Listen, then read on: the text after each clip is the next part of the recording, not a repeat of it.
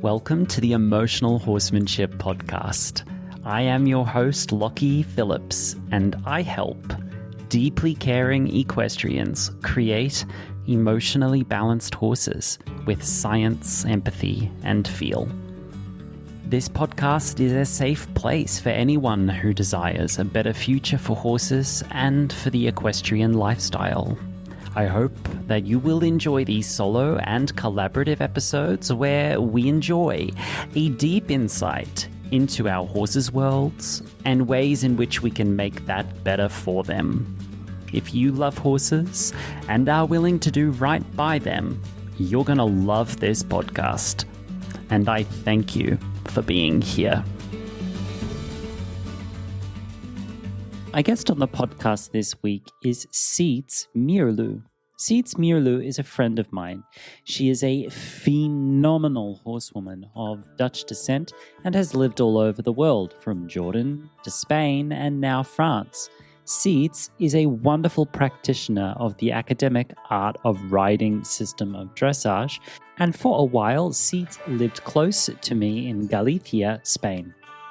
In fact, while I was searching for farms in Galicia, the support and the inspiration I gleaned with and from Siets was absolutely instrumental in assisting me to my homecoming. Last year, I had the honor to ask Siets to come to my farm every week to work with me and my horses on developing a totally different sort of skill set with a horse, and I enjoyed every single session with her. Siets is now offering her new business for horse people called ECO of Pegasus. Siets offers a spiritual approach to life with horses through her lens as a Reiki practitioner, classical dressage practitioner, background in mountain trekking, her love of Arabian horses, and more. Siets aims to create a space for human and horse possibilities to come together holistically and honestly. She guides horse people who are struggling in their horse journey to create a more aligned partnership with their horse that is focused on the horse person's self-care as the first priority. I am so excited for her new venture and highly recommend any listener to consider working with her. I miss Siets very, very much, and I look forward to bringing her to my farm for another deep dive together in the future. I hope you enjoy this episode. So we have Sietske Meerloo here today on the podcast. Siets, how are you? I'm very well, Lockie. Thank you. How are you? I'm good. It's good to have you here. So Siets is a friend of mine, a fellow horsewoman who was living in Galicia, the region that I'm living, and was a major inspiration and motivation for me in moving into this part of Spain. We'll get to that in a minute, but I like to start these podcasts with a big question. And the point of this question is just to hear you talk. You don't have to answer it properly. But the big question is, Siets, who are you? What do you do? And how do you do it? Mm-hmm. Yes. Of course, I knew you were going to ask this question because I've You're prepared. I was listening to your very interesting podcasts, of course, very with good. your very interesting guests. So that was very enjoyable. And who am I? I am I'm a passionate and open-minded horsewoman, first and foremost. I am also a Reiki student, which has kind of led me along the path of that life is kind of given to you with all its challenges and all its difficulties on your path. But also that path is kind of what is inside you and comes from deep down in you. And that's where you're able to find your true calling and your true self. So so this path is showing me what I'm here to do. Besides that, I'm also a Leo, star sign Leo or sun sign Leo, which means that I have a gift to be a natural leader. I'm confident, I'm loyal, I have a generous personality. I'm also somebody who enjoys creating initiatives, new ideas, partnerships, and sharing the light with others. um, and of course, in astrology, you have a sun sign, you have a moon sign. So my moon sign is Aquarius, which is just like Leo, a fire sign. So Mm-hmm. yeah, uh, and that gives a bit of a bohemian twist to what I do. That also means that I'm quite unconventional in the things that I do and the ways that I think, which is not always easy, right? But Mm-hmm. that means I'm very much somebody who wants to be out of the box or believe that there is no box. Um, and I'm a Sagittarius rising, which makes me somebody who's always exploring, who's adventurous. And I think that really comes back in how I've lived my life and what I've done. So Sagittarius rising is also somebody who's very independent Mm-hmm. and loves freedom. So Mm. that's all very yeah, that's who I am. Mm. Um, and recently I've started exploring a place where I want to invite horse people to have a closer look at who they are and what and by exploring that, uh, dive into a place where you can kind of have a better picture of how you can be a better partner for your horse. Mm-hmm. So yeah, long Understanding the story. self better so that you can Yes. integrate with your horses better. Yes. This is where the big work is being done now. Mm-hmm. Most equestrian lesson operations are really a coaching business first and an equestrian business second. That's Mm-hmm. really where we're all going because all of us have realized that working with horses brings up our internal stuff. And we have to do the work on ourselves as we're doing the work with our horses at the same time because it's a prerequisite to getting better with our horses. So you've decided to redirect into a business and a work framework where you're starting to address this issue more specifically. Is that right? Mm-hmm. Yeah, on the basis of you can't pour from an empty cup, right?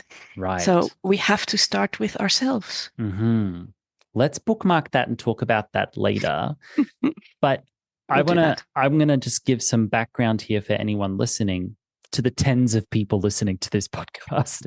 It's actually the listeners, we've got a good number now. It's pretty consistent. But um, I was living in the south of Spain for about 4 years, 4.5 years, in a region called Las Alpujarras, which is, if you know, you know. But the Alpujarra is this um, very mountainous, valley riddled region in the south of Spain, sandwiched between the Sierra Nevada mountains and the Mediterranean Sea. So the Mediterranean Sea butts up against the butt edge of Spain and kind of made the edge of Spain kind of crinkle right at this spot. And in that crinkle, in those creases of rock and sagebrush, is this region called the Alpujarra, which during the Spanish Civil War, Franco struggled to control the Alpujarra because the geography is like Afghanistan. It's like cliffs and crags and mountains and valleys and rivers, and it's just almost impenetrable. And if you go to this region, it is populated by some pretty phenomenal Spanish people and some pretty wacky expats. And so I've been going to that region since I was in my early 20s. That's where I met my horse, Sani, in that region. And when I expatriated out of Poland and into Spain, I landed there. And while I was there, I started hearing noises about this person called Siets from mutual Oh, friends of really? ours because you had left the Alpujarra. You were living there for a while with your husband and with your two horses in a very remote, high altitude farm on the side of a mountain overlooking the tallest mountain on mainland Spain. You were living up there in the middle of nowhere, which was at least a 1 hour drive up an unpaved road, switchbacks up a mountain to reach the farm. And you were up there with your horses for a while. And I'd heard that Siets and Tarek had been there with horses and that you had left and you'd moved to Galicia. So I started hearing about this. And when I started meeting with the knowledge that the south of Spain was untenable and too difficult to keep horses in a sensible way, I started thinking, well, maybe this Siets person knows something about this. And long story short, I ended up coming to visit you in Galicia, and my visit to you at your farm, which you've now left in Galicia, totally inspired my relocation to my forever home here. So you and your husband and your horses have been a beacon to me that I have looked to, because you had walked a path that I was walking, and I'm looking around me and no one had in my family or friendship group had ever done anything that I was trying to do, but you guys had. So what you forged enabled me to have a framework to follow, at least in my mind. And I couldn't be happier on the farm that I've got now. This is my dream, to be here. And if I hadn't known of you and what you had done and your adventurous life, it might not have inspired me to move here. So thank you. You are most welcome. But remember that you did it yourself. I did do it myself, but I needed inspiration and a framework and a knowledge that someone else had done this. I mean, we even used the same transporter to move the horses. But would you like to touch just briefly on the Alpujarra chapter? Let's not stay there too long, because that part of the world's taken more energy out of our lives than it needs to. Love you, but holy cow, it's hard to live there, right? Yeah, I think for me, the Alpujarra was kind of the start of my Spain adventure. So we moved there from the Middle East and moved there with our 2 horses that we had. I never like to use the word rescued, but in the end, that's what we did. Right. But we welcomed them into our family. And after we did that, a year later, we decided we were going to move back to Europe. And I said, well, if we're going, then the horses are coming with us as well. To which a lot of people said, excuse me, but don't they have horses in Spain? I was like, of course they have horses in Spain, but would you leave behind your children? No, right? So, so that was, for me, that chapter was the leaving behind of securities such as a job, leaving behind the securities of living in the city, because it was the first time in my life that I was going to live in the countryside. And it was not, as you know, not just countryside. It was like proper remote on the top of a mountain. Countryside is not even close to describing it. It's not the end of the earth, but you can see it from there. Yes. Right. But on the other hand, for me, it was like a total adventure, as reset. We were living off the grid. So I was completely done with the city. I wanted to completely change my life. We were living off the grid with our own electricity, our own water. It was the first time ever that I grew food and loved it. So first time to have horses at home, which was, I mean, as you know, it's such a pleasure to have them at home, and it's so special, and it improves the bond that you have together. It makes your partnership completely different. So so that was it. It was really tough though, because it can get really hot there and it can get really cold in winter, which I was totally not prepared for. But in the end, I think the lack of water was for us really the main alarm. That we spent one summer there where it was really touch and go. And we said to each other, well, if we can't shower for a week, that's okay. But if my horses don't have water, that means that we have to go. It's scary. Yeah. Really scary what's happening there. The rapid desertification of southern Spain and southern Europe in general, but southern Spain, it's like the Sahara Desert continues to grow across the Mediterranean into southern Spain, it's really, really frightening. Yeah. So, and then if you want somewhere affordable and lush, then you end up in Galicia. That's correct. Yes. So, yeah. So that we was have the opposite problem, maybe too much water in Galicia, but at least you've got it. Exactly. And water Yes. is life, right? There's no discussion about that. So yeah, so yes, our paths must have crossed somehow there, if not personally, then definitely by the people that we mutual met. Friends. Yeah. Yeah, mutual friends. Yeah. And so you moved up to Galicia and you sheltered through COVID in Galicia. And while you were living in Galicia at your beautiful farm, which you've sold, you were spending a lot of time in Germany. Now, who were you spending a lot of time with in Germany?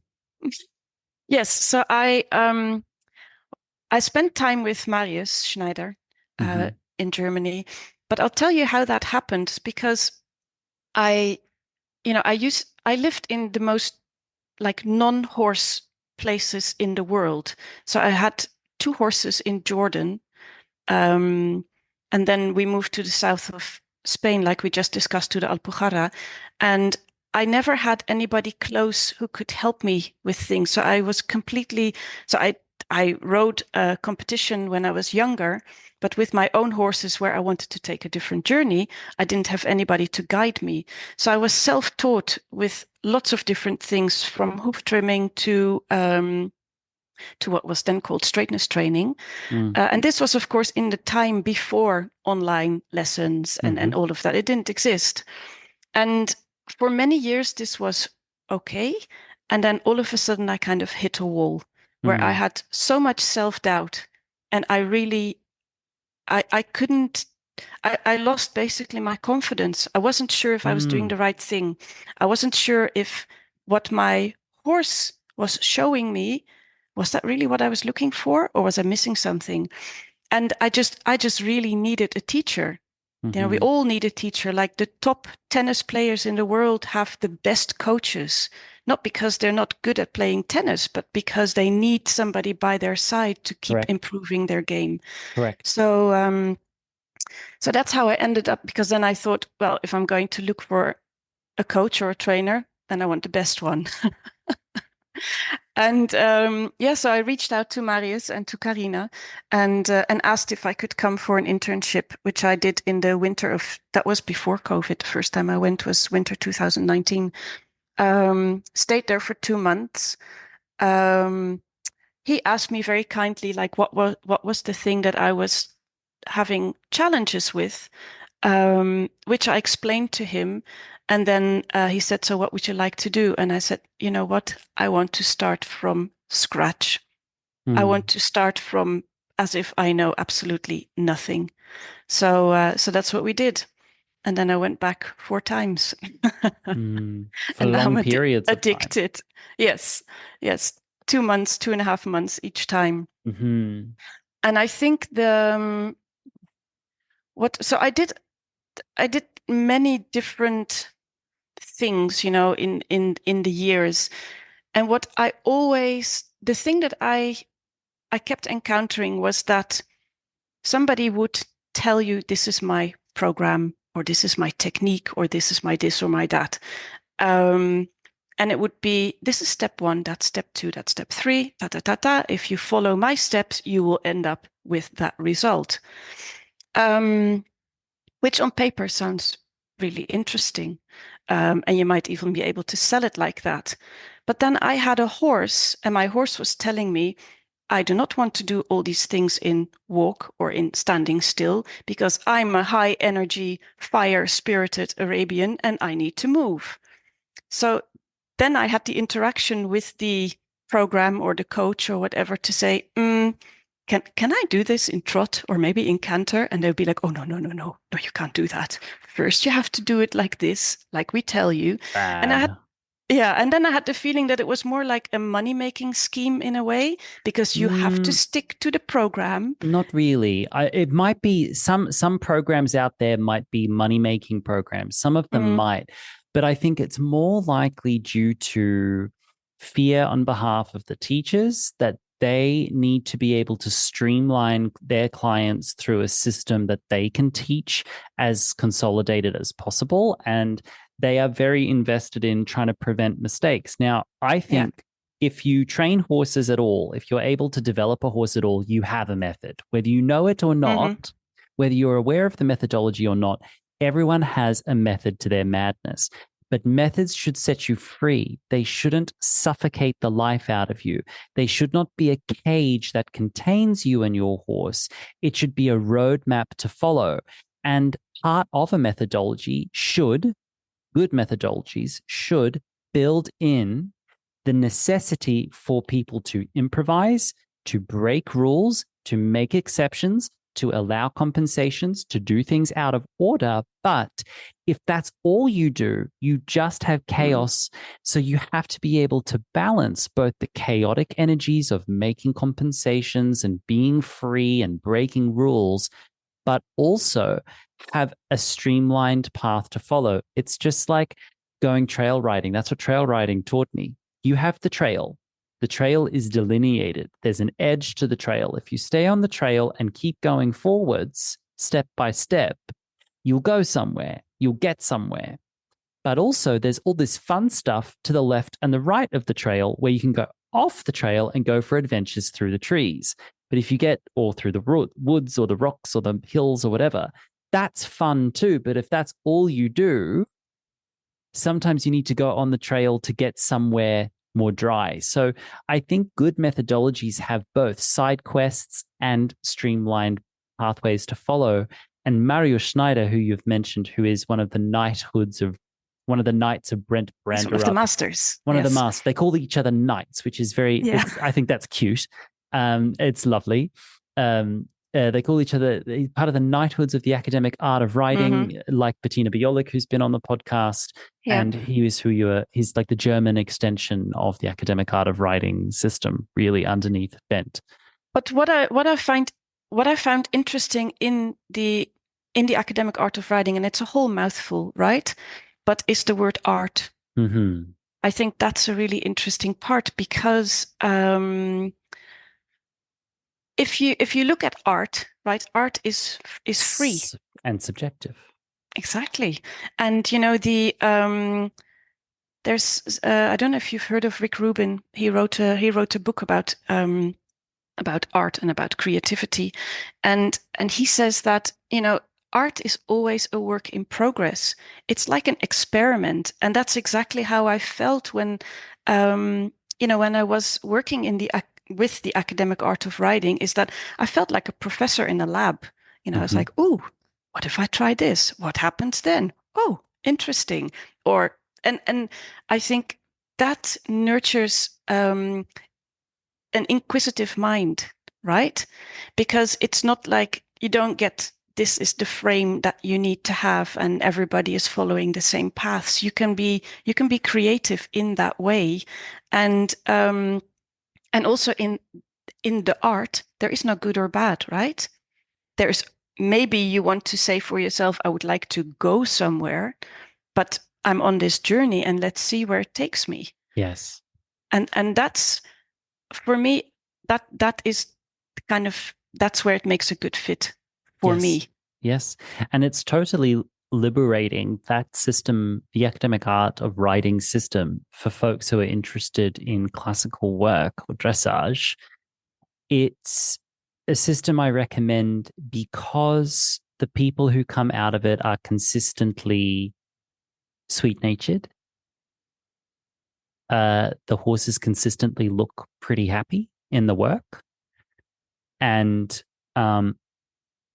everyone that I've heard from about it says that there is definitely a methodology to follow. There's absolutely a structured progression and system to follow. but the actual application of it requires the flexibility, plasticity, and adaptability of both the horse and the human who is applying it in real time. And I really like that. And in this world of classical systems of training, which can be, let's say, dogmatic, they can be inflexible, harsh. I think in this world of dressage, where it's so rare to find flexibility, that the academic art of riding system, that they are a flexible system. And this is why when I wanted to explore more classical work, guess who I was picking up the phone? Hello, Siets, would you like to come to my farm once a week and we can play with this together?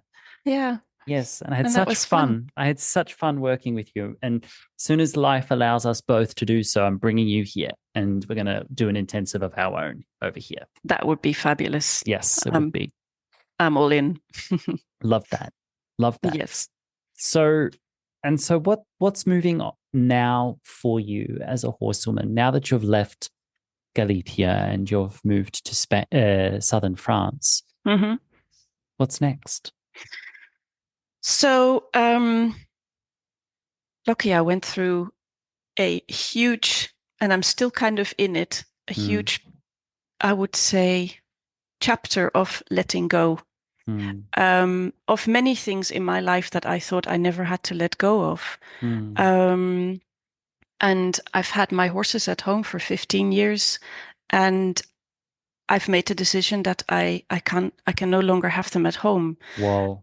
Which is, in the beginning when I made the decision, I thought, it's breaking my heart, right? But if I look at it very realistically, I want to be the best person I can be when I'm with my horses. And if I cannot guarantee that I am the best person because life has become too complicated, life has become too chaotic, too stressful, then the person that shows up to be with my horse is not the person I want to be. So one thing is that I have a gelding and a mare. I've decided to retire Karachi. She is a very particular horse, and I wanted to gift her a horse life again. Or actually, I think she may have had it in the first 2 years of her life, but then never again, really, as in she had a very good life when she was with me, but she didn't have hectares of grazing, nor did she have really a herd, because I only had 2 horses, and we always say 2 horses is not really a herd. So she's not particularly fond of people. So I found this place in France where I could retire her. She could live in a herd. She would basically not have, but there's a human who comes and checks every day if all the horses are still okay in the herd, but there's no human interaction, that she doesn't have to do anything that she doesn't want to do. And so that was, in a sense, tough, because by allowing her to retire, I had to let go of wanting to keep her close to me. But I know that I'm doing it because I want the best for her and not what's best for me. I'd love to lean into that subject, because I know there are people who will be hearing this, who will be going through something similar. We all dream of having horses at home. Okay, it's a great dream. You achieve that dream. What's next? Holy cow, it's a lot of poop. Oh my God, it's so much poop. And if you're doing hay nets, it never ends. Hay net stuffing and poop shoveling is now your primary occupation, and that don't pay no bills. So there's that. And then it's hours and hours and hours and hours and hours of your life just to maintain baseline, to have large livestock animals at home and to do it right. Of course, you could not muck out, but then you're being irresponsible. Of course, you could, turn them out on indiscriminate pasture and kill your pasture off, but that's not an option either. Of course, you could feed loose hay, but then that increases risk of colic, etc. So if you're going to do it right, you do it right, but then it's a lot of work involved. So a lot of people bring their horses home and then deal with the shock of the amount of labor required. And I guarantee there are a lot of people out there who are keeping horses at home who secretly wish to put them back in boarding or livery, but don't, because boarding and livery operations are hotbeds of human toxicity, and we don't want to go back into the human toxicity of it all. Yeah. And or it's hard to find places that keep horses in a good way. And now that we've had horses at home, we know why it's hard to find a place to keep horses in a good way, because the amount of work is crazy and the public won't pay livery or boarding managers to have the money and resources and labor needed to keep horses at a high level. They won't pay for it. So I just got back from a clinic tour. Everywhere I go, I'm hearing stories of boarding barns closing down. It's an epidemic.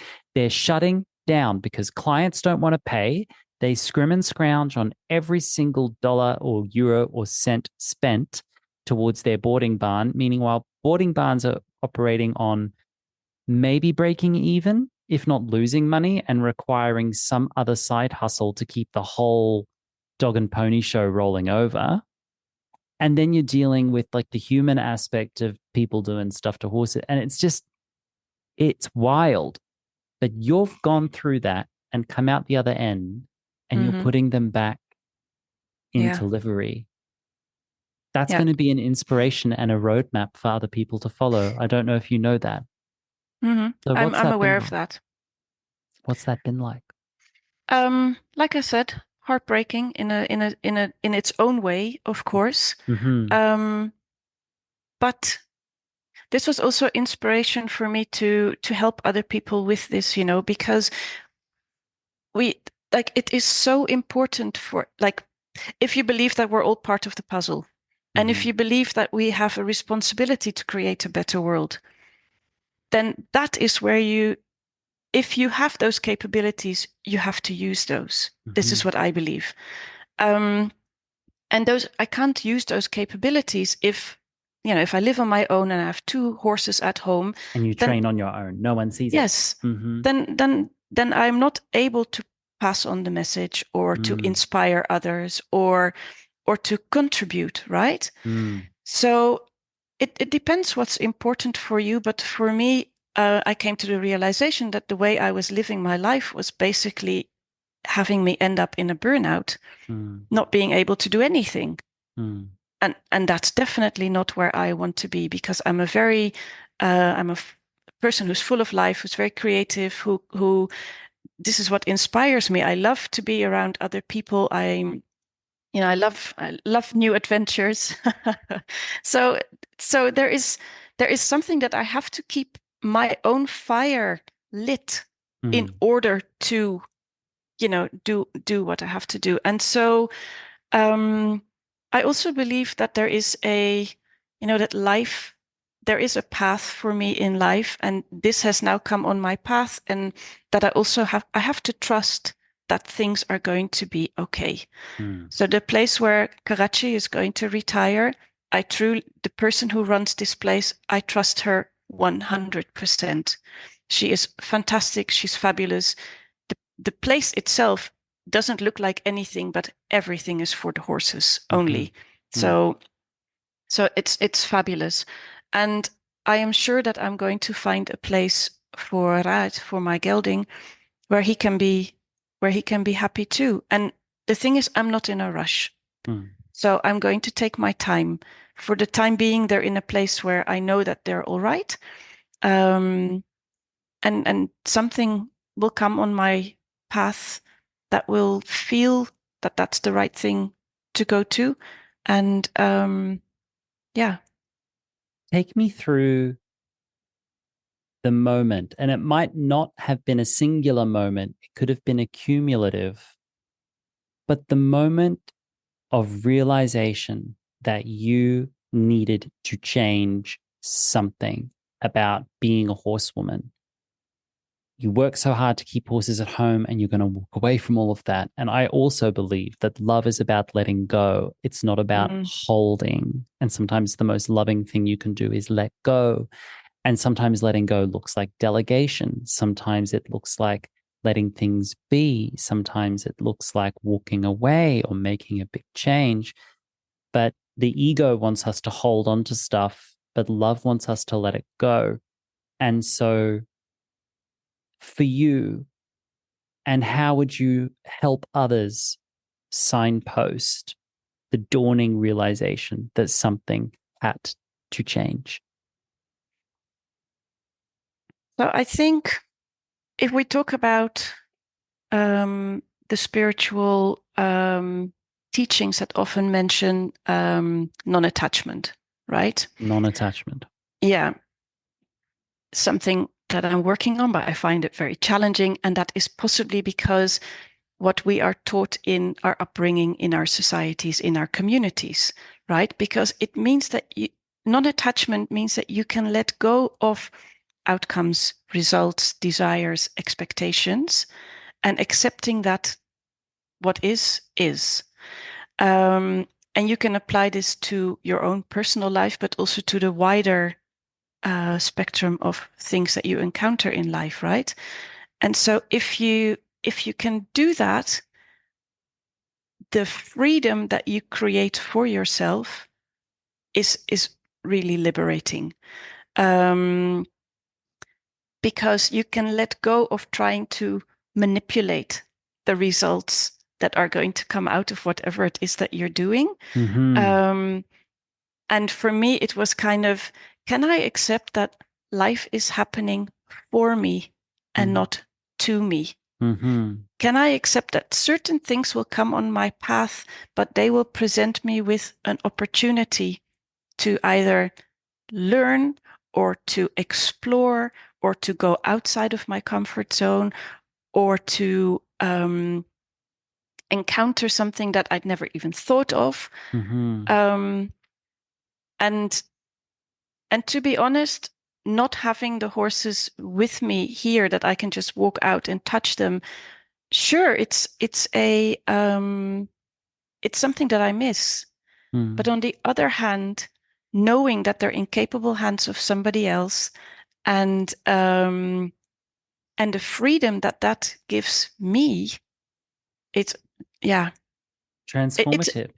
But it's a very double feeling, right? But you can't be an exhausted human trying to create a balanced horse. It's just not going to happen. If you are an exhausted person trying to create a balanced horse, probably the best you can hope for is maintenance of what is already there. That's the best you can hope for. And you know that you're on borrowed time. And anytime I've gotten close to a burnout and I've recognized it, it did show up in my training. And all I would focus on is, all right, how can I just maintain what's here? Knowing that I'm on borrowed time and something has to change. I need to get help. I need to improve how I'm running things, how I'm caring for the horses. What am I doing? And before I could get help, I would do things like toilet train my horses to poop in one spot.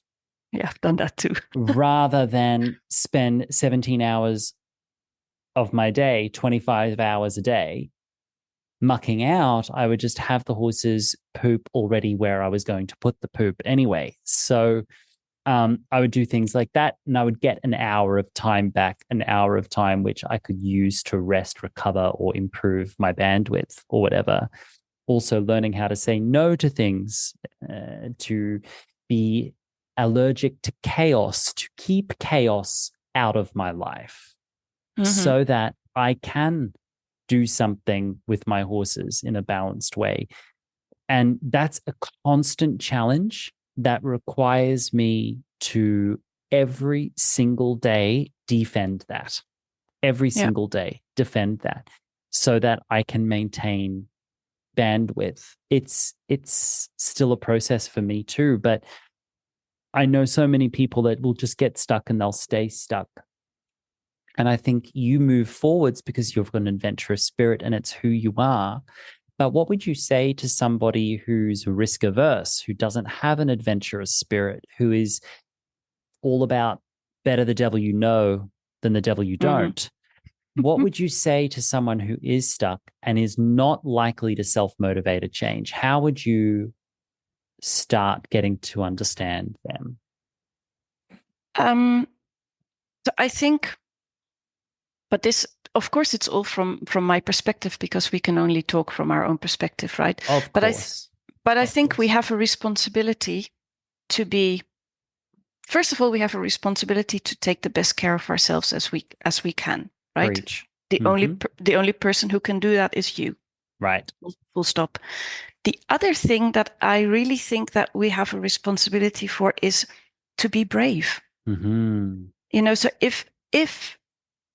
if you feel that you want to make a change, even if the change is, let's say you're in your own horse community, you would like to see some changes, I think you have to be brave, and you just have to do what inside you feels right.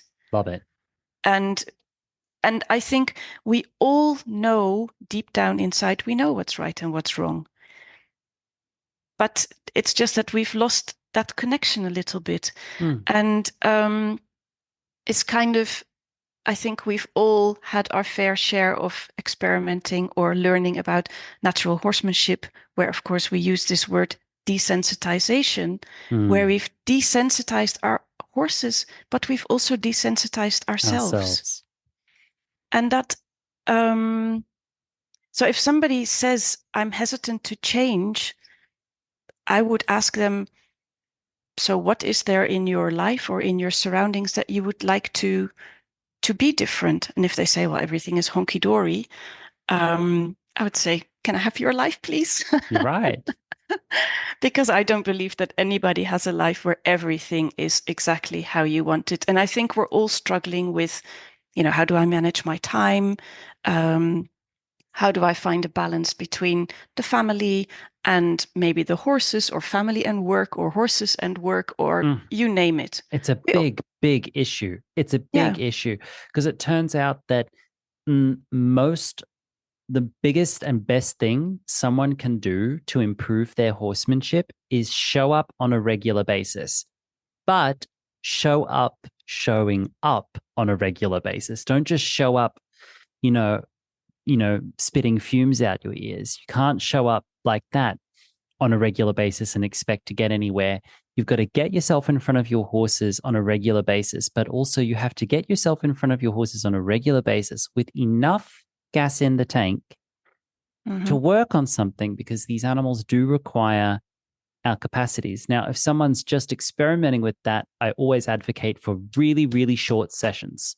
Just get in and get out, get in and get out, but do that regularly.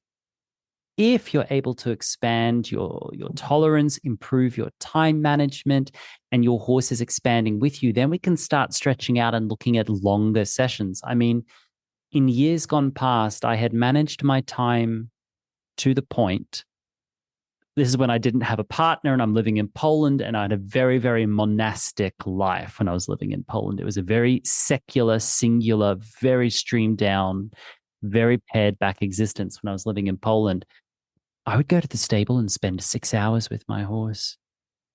And we'd do a trail ride, then we'd have a lunch, and then I'd do a little session, and then a little trimming, and a little grooming, and a little socializing. And it was just this and he was not exhausted. It was just this expansive, and then life got busy, and now I'm all about the 10-minute session, right? And now I'm trying to get out of that. Yes. And I'm trying to get back to a new chapter where I've got more capacities. I love this mention of bravery. Bravery, when I've done character testing, I'm always profiled in my top 3, courage and bravery. That's how I'm always profiled. And you know this about me. And anyone who knows me knows that I'm brave first before I'm anything else. And so you're really speaking to my heart here when you mention courage, because I know Maya Angelou, my favorite poet and author, she said, courage is the most important of virtues, because without courage, you won't have the courage to practice any other virtue consistently. True. And I think getting unstuck is first an act of being brave enough to be unstuck, because it's at some level, it's easier to stay stuck than to get unstuck and face the discomfort of change, right? Of course. And we are always our own biggest obstacle, right? Mm-hmm. Oh, I can't do that because me, right? Yeah. Because you can change, you can move from the Alpujarra to Galicia to the south of France, and guess what? You take yourself with you. Yes. And then it's like, oh, it wasn't the hills of the Alpujarra, it was my mind that was holding, right? That's what I've had to meet many times. Yeah. It's when I started, I said something about astrology. And I had a look at your astrology human design, as well. My human design. Your astrology. My astrology. Okay. Yeah, which is very interesting because while I was looking at it, Lockie, it is no surprise that you started emotional horsemanship. Absolutely not. Because of course you know that you're an Aries, right? Yes, fully. Yes. Horns first. Yes. Fluffy wool that follows. But your moon sign is in Cancer. My Chiron is in Cancer, correct. Mm-hmm. And and that is of course that's very emotional. Mm-hmm. So yes, but you are somebody, you are a leader, because Aries is also a fire sign, just like me, Leo. Yeah. You're a leader, you're looking to create safe spaces for others, but you also really need a safe space for yourself. Yeah. And that's very, very tricky to navigate, because a lot of my, not only colleagues, but there's a community expectation that I'm supposed to create safe spaces for them. But it's not a safe space for me, and I'm not entitled to that. And it's like, oh, screech the brakes. Maybe other service providers are happy to walk into the lion's den.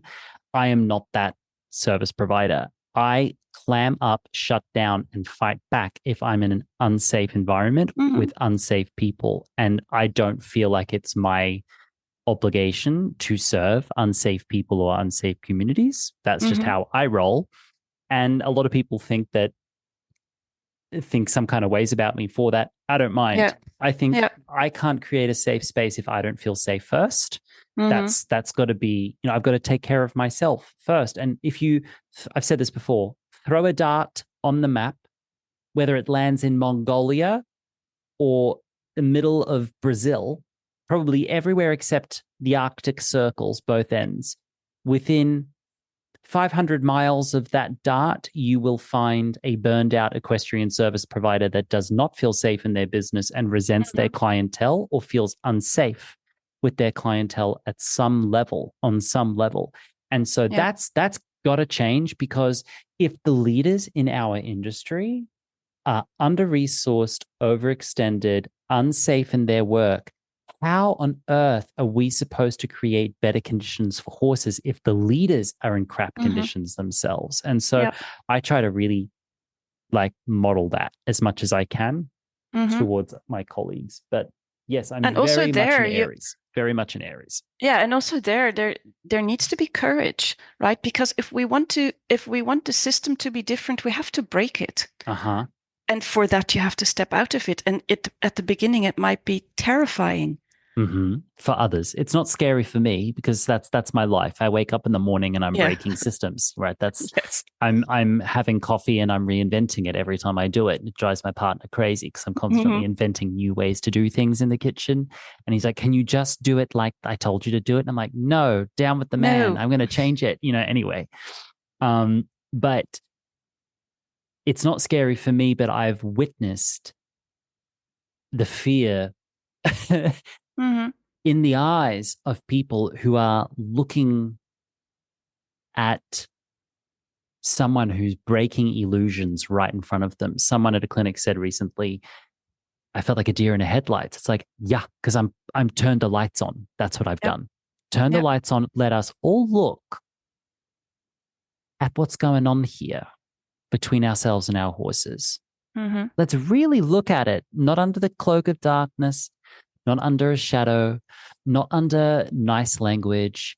not under fairy tales and fantasies, not under leverage, not under, diet force, as I call it. It's not like full fat force, it's diet force, but you're still really forcing horses. Because how many horse trainers make a song and a dance about consent and about giving horses the right to say no? But when push comes to shove, all you need is a tap of the stick and a cling of a spur at the right time, and that horse doesn't have no available to them at all. And so I'm here to...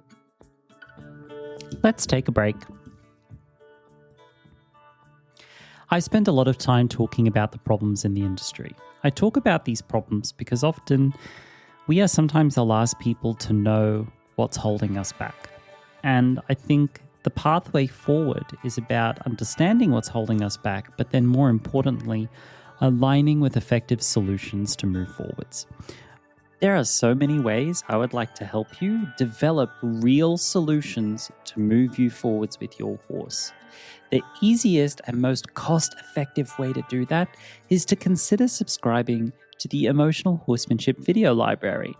For a small fee, you can access the Emotional Horsemanship video library, which has 200 videos and counting of everything from theoretical tutorials, insider glimpses to clinics, online courses, behind-the-scenes content, practical demonstrations, historical presentations, and so much more.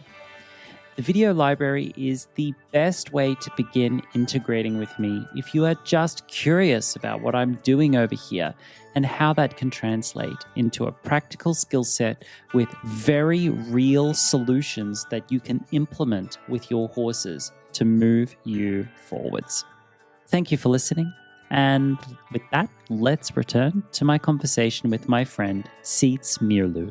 At the right time, and that horse doesn't have no available to them at all. And so I'm here to shed light on that. And I know you are too, because when you and I were studying together, we would have these real conversations about classical training in real time with my horses in this manner. And I loved you for it.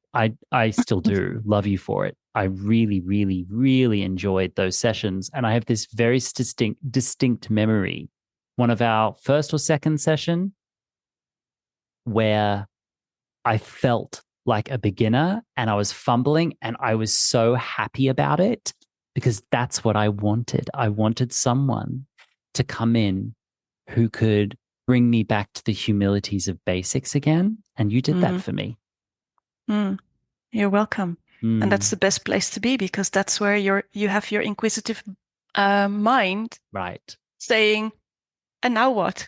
And now what? Yes. What am I going to do? And now what? And it was, no shock to me, but maybe, a sleeper hit of the fall that Mr. Sani sort of stepped up and said, yeah, I'm really liking this Siets and what she's teaching.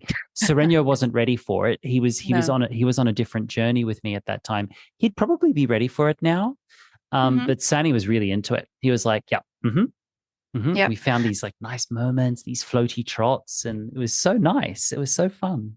And I think it's so beautiful that you can, while you're doing all of this, you're also really training yourself because you're training your feel of how does it feel? If you ride with your eyes closed, how does it feel? And is that what you're looking for or not? Many of the things you shared with me, I have absolutely reintegrated into my work, my teaching, my program, how I'm writing, what you gave me with the pelvis and the spinal swing and the rib. I loved all of that. Working in circles. I've got less and less guilt about working in circles after this. And so, yeah. Fabulous. The courage to let go, the courage to let go and to change.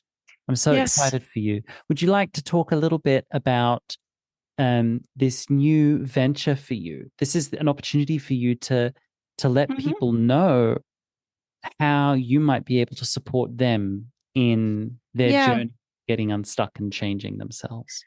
So what I would like to do is to guide people, and I have by no means do I want to say that I have any answers or that that I am perfect. Far from it. I'm on my own path of learning and journeying and all of that. But I would like to invite people to kind of explore with me who they really are. And with that, I mean, of course, related to horses, right? So if you look deep down inside yourself, can you identify who you really are and what your desires and wishes are with regards to your horse? And can you identify that? And if you say, I don't know, I want to win the dressage championships, can you then also talk about why you want to do that? What is it in you that has this need to win? And you might have very good reasons, but it might also be that out of that conversation comes that you really want to do that because you have a feeling that, you need to justify what you're doing, or there is pressure from the barn where you're at, or you bought a really expensive horse and everybody's like, well, if you have such an expensive horse, you must be the best. Right. So I want to kind of peel down the layers and come down to really the basic of who you are and what you would like, what you desire, what your dreams are. And then at the same time, I also would like to look at the horse. And there's a holistic vet in the Netherlands. He wrote a book about horse types based on the 5 Chinese signs. And he wrote this book because he said there's such a big demand also in the recreational riding community to have high performance horses. So the breeders of high performance horses have also a lot of offspring that's maybe not good enough for top sport. So then they're basically put into this recreational community of horse riders. And he says that, and he saw this many times in his clinic. He said, but if you have a top sport horse or a horse that comes from that bloodline, these horses have a specific mindset. They have a specific need for certain things in their life. And if you are somebody who says, well, I just want to go out on a hack and maybe we do a jump every now and then, that horse might not thrive. It might just not be the best partner for you.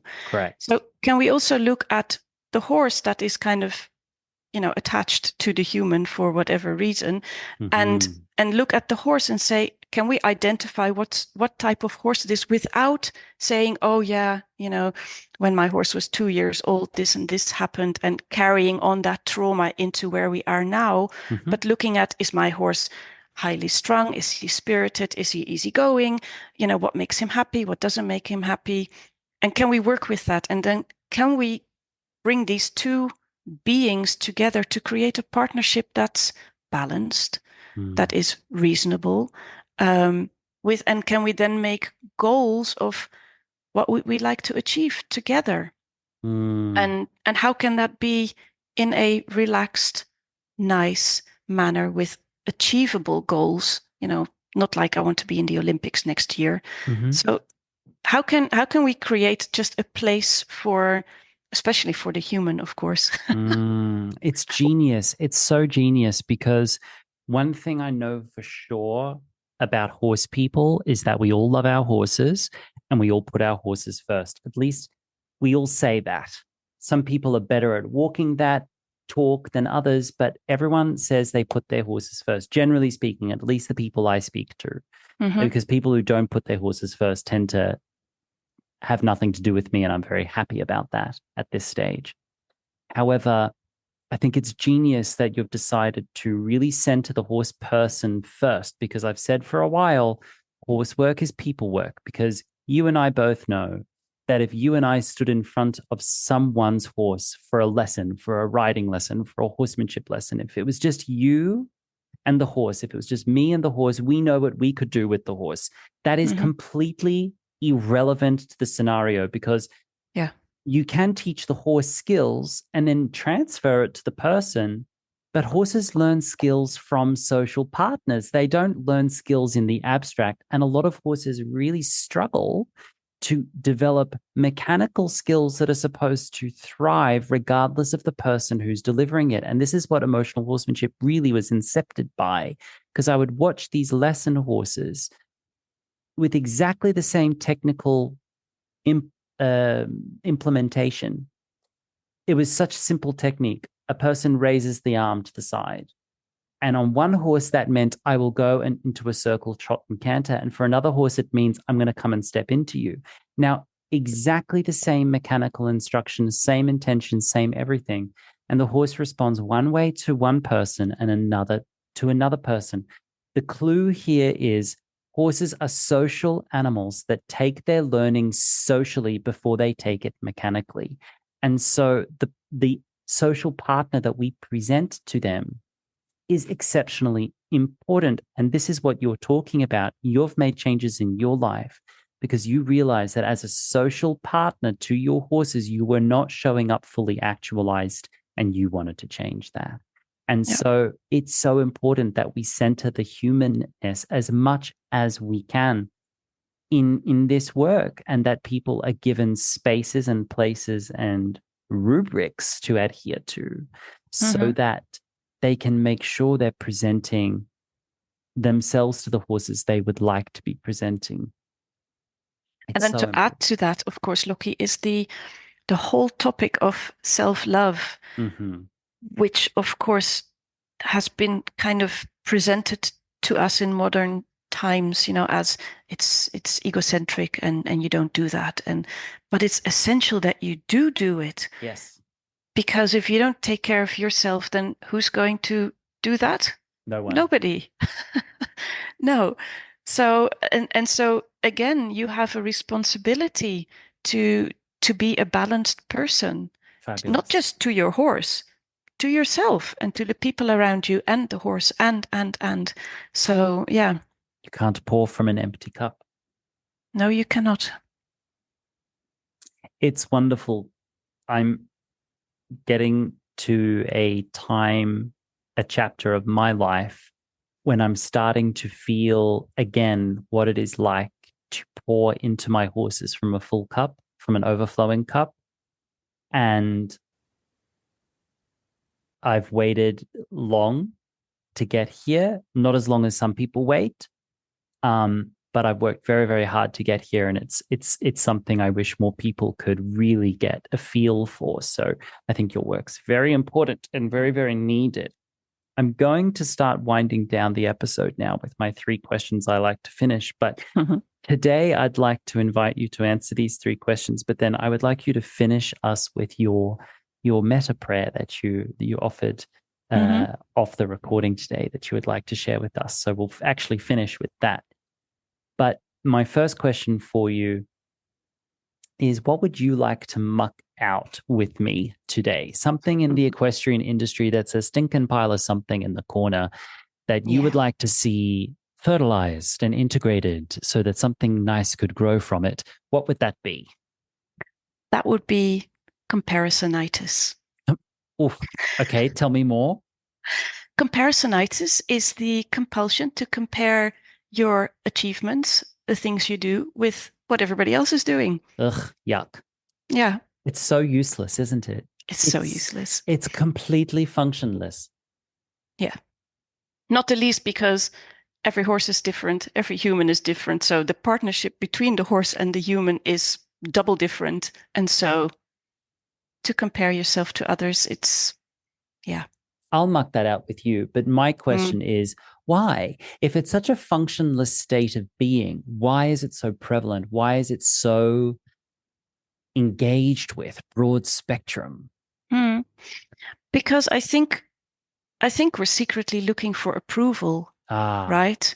So, and if you do the same as everybody else, then that's where maybe you get your approval from. But again, here, I think you have to be brave, right? Be brave and be different, and then be an inspiration for others. If you would like to see things changed. But I think the people who are listening to this podcast would like things changed in the horse Yes, and industry. sometimes what they would like to see changed is Lockie. They want Lockie to be different. I get messages like that all the time. Really? Oh, yeah, people who think that because I'm now, in their mind, a person in the public, Mm-hmm. that my role is to be a public person for everybody, and somehow I'm not allowed to be myself. I used to really wonder, Seats, why so many of my friends, my colleagues, and my clients, my clients are really like family now. I'll call them my family. When I meet with these people and I see so much comparisonitis, so much perfectionism, so much fear of mistakes, I'm thinking, who were you raised by? Because my parents didn't raise me like that at all. And it's also not in the fiber of my being, but I was raised by two fearless people. And then I get a teeny, teeny, tiny little social media platform that goes a little bit above, a certain kind of threshold. And then I start getting these commentators and these emails. And before I took my phone number off my website, text messages from No. people who unsolicited would tell me how I should be. And I'm like, oh, so you're these people who are causing all my clients to lose their minds. I guarantee you've got someone in your vicinity who's got comparisonitis and perfectionism and fear of mistakes. Yep. No, you will not do that to me. Back up. You can always ask the question, what is it inside you that makes you want me to change? Ooh, consider that stolen. Yeah. I try to approach these interactions now with a lot more love and a little bit less exasperation, because if I lent into the exasperated part of me that's just like, oh, go away. If I lent into that, it takes me to a bad place. It takes them to a bad place. So I'm trying not to lean into that.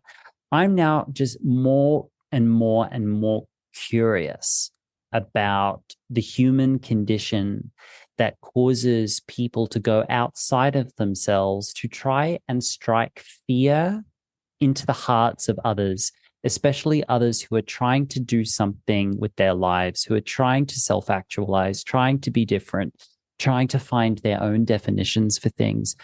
I'm really interested in the human condition of people who go outside of themselves, go out of their way to try and corral everyone into boxes and corners. I'm very, very fascinated in that, because if there is in quotation marks, enemy, or if there is an enemy of some kind, for me, that is the enemy. It's not the fear of losing business. It's not the fear of being alone, even. It's the fear of people who live with fear and try to give that to me in many different ways and give it to people I love and respect.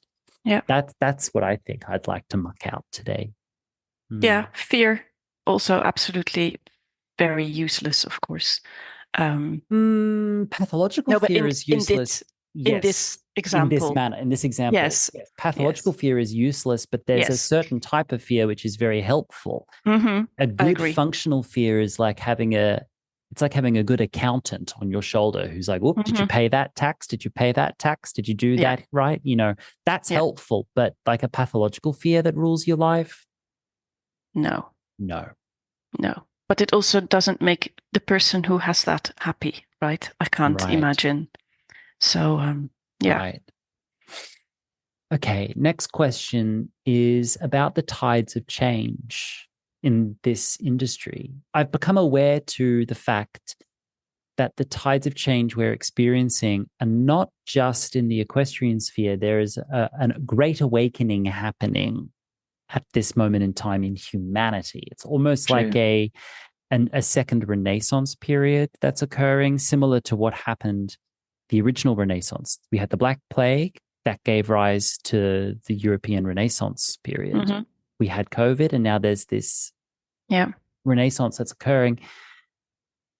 How do you define the tide of change, or how are you contributing to it? I think the era of maybe the era where our parents grew up, right? Where it was all about work, work, work, work, work. You had to make a career. You had to, things had to be secure and safe. I think we're leaving that behind us very, very fast. Yes. Like if I say to my father that I'm not actually putting money aside for my pension, he almost has a heart attack. And I'm like, well, I'll see where life takes me, right? Mm-hmm, mm-hmm, So I think there's a big shift there. And then there is, of course, an enormous shift towards the spirituality, as if we can just use that word as a big thing, where I think a lot of people are exploring the things that you can't explain. Let's put it mm, like that. And of course, being with horses is very, very interwoven with that, because I think if you ask people, what would you really, really, really deep down on soul level, what would you like with your horse? I think mm, everybody would say, I would like my horse to just want to be with me. mm, And I would like to just be able to forget about the competitions. I would just like to be able to hang out and feel connected. But that's not something that you can measure, or mm, so I think we're moving to a much more connected way of being as human beings together. And I think that there's going to be a sort of distinct maybe we're going to have paths going in different ways, right? Maybe some people will go into the opposite direction from the spirituality, and that's totally fine, because everybody's on their own journey, mm-hmm. and everybody's going at their own pace. Um, so yeah, that's where I see that things are moving, but it might also be that that's only in my realm. I totally agree with you there, because if you if you are someone who has your finger on the pulse of pop culture right now, which I've been known to keep my finger on the pulse of pop culture as someone who considers myself a trained, well, I am actually a trained artist. I've got a diploma on my wall from the Zurich University of the Arts. So I'm actually a trained artist, but as an artistically minded person, pop culture is the pulse of a culture. It lets you know what's coming down the pipeline and what the tendencies are. And we all have Gen X, and I'm a millennial, and I think it's the Gen Z who's the next one, the one True. that's Yeah. below me. Okay. Gen Z have a very interesting relationship to work. They might love their job, they just don't love job. No. Why am I supposed to take this one life that I've got and give it to the grind culture of a 9 to 5, maybe enjoy my weekends, and the rest I'm in a cubicle somewhere making someone else rich? Oh, as far as breaking the illusion is concerned, Gen Z has gone, wait a minute. They came into the world and went, wait a minute, you want me to step into that framework? Hell no. And so it's this very interesting time where this generation has kind of thrown all the balls into the air, and some of us are juggling with it, and some of us are just waiting to see where they'll fall and how they'll bounce and reverberate. What is work culture going to look like after this?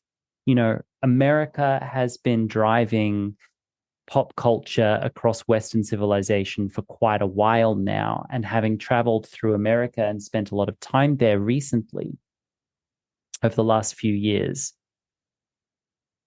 the level of exhaustion and chronic burnout I notice broad spectrum in every state I've been to knows no bounds. It's like they're all getting chased by this invisible capitalist bear that tells them that rest is evil and Mm-hmm. that self-actualizing is useless, and feeling your feelings is a mortal sin. What you're supposed to do is kill yourself for your job. And that's a way to live life. And some people romanticize that, a lot project that onto their horses, and a lot of people are frankly struggling with it. And Of it's a course. revolutionary act for me to offer them a 2 hour lunch break at a clinic. Yeah. But lucky living in Europe, where in Spain and in France, That's changing. Well, it's lunch, always been that way. Yeah. but lunch break is just, people have a glass of wine with lunch. I mean, you wouldn't think of doing that anywhere in the US, right? Unless you're an alcoholic, right? Yeah, yeah. But the fact is, it's a social gathering. You'd go to a restaurant. It's just a different way of living. And as far as I know, France and Spain still get plenty of work done. They still achieve things. Things are still achieved. And I think this dichotomy of we have to trade achievements for spiritual lives. We have to trade the ability to get stuff done for self-actualization, that those two things can't cohabitate. That's something I'd like to contribute to the tides of change. I'd like people to discover that you can still train horses, you can still achieve things, you can still get things done, but we don't have to sell ourselves, our soul, or our horse down the river for it anymore. We can be fully rested, fully actualized, and actually still work hard if you want to work hard, but that's a choice you've made, not a trope you're fallen into. That's what I'd like to contribute. Very true. And it's possible because you can see now with remote work where companies are saying, I work myself, part-time for a company remotely, and you can take as much time off as you want as long as your work's done. So if you're really good at what you do, fine. Take the time off. Take the time off. Yep. Love that. Love it. And that's going to be the new way of working. I think so too. The new way of working. Absolutely. Last question I'm going to ask today is for you to take me home. And I know home logistically is in flux for you right now, but what is home for you in the broader sense, in the greater sense? Yeah. So I've done a lot of soul searching in the past 8 months. And I've come to the realization that I have a deep need for a space that's my own. So that means that if I live with somebody, I still need my own space. And that space needs to be mine, right? Where I can leave my stuff on my desk or on the table or in a chair, and nobody will walk in to say, I was going to use this room, so can you please clean up? And that is the place where I can explore, where I can read, where I can basically crack my brain and be. It's a bit like, I don't know, it's a bit like a creative space. But I truly need that, and I haven't had that for 15 years, and I'm going to create that now for myself. So I always thought that the tack room was my my space. It's not really didn't really do the job. That's beautiful. I've got my tack room, and I've really set it up in a way that I love. It's so organized that I forget where I've organized things into. Just today I was trying to find something, and I know I've stored it somewhere in a feng shui attack at some point, and now I don't know where I've organized it to. So it's so organized that I've got the other problem.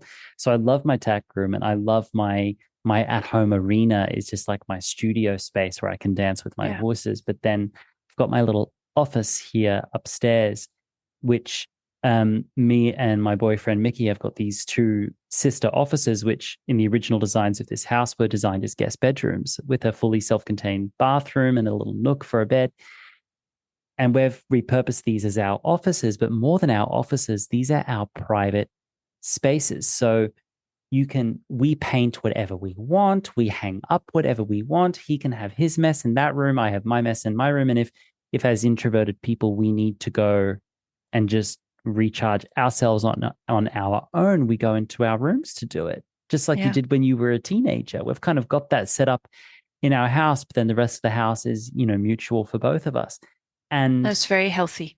I love it. It's one of the best things we've done for our relationship, and for me, working intensively online like this, to have a soundproofed office where I close the door and I can just let my brain stretch out, it's transformative. Mm-hmm. Yep. Good that you realized that early enough. Early enough. Well, I'm so excited for you to get this for yourself very soon.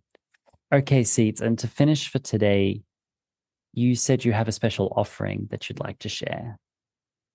Yes. So this is what at the moment, what I do every morning is a little metta prayer, as it's called,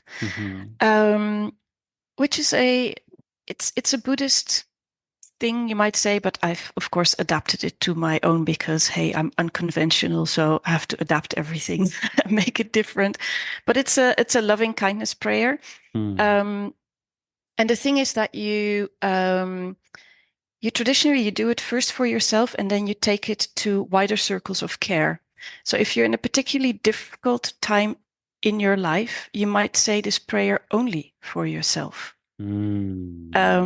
So I've done that for a couple of months. Every morning I would only say it for me, which in the beginning you think, how selfish, but actually it's so needed. So I will share it with you, as in for all beings on this planet. If people are interested, you can look it up online. I won't share my personal one. It's a bit of a broader one because my personal one is very personal. Too personal. But you can adapt it and adjust it how it feels appropriate for you. Love and that. Of course, it's also a work in progress. You can create and redirect at any time.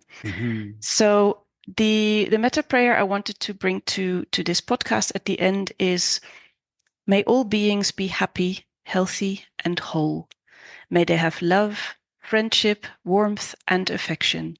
May they be protected from harm, anxiety, and worries. May they be free from fear and live with lightness. May they be open-minded, engaged, and joyful. And may all beings enjoy inner peace and ease. May that peace expand into their world and throughout the entire universe, and may they be free. Lovely. Thank you. That's a great way to start your day. It sure is. Well, Siets, thank you so much for joining me today. I'm going to leave your contact information and your website in the show notes of this episode. I really, really enjoyed this time for us to meet and talk how we always talk, but under a slightly different context, knowing that other people would hear us talk. It's been really fun to reconnect with you a bit.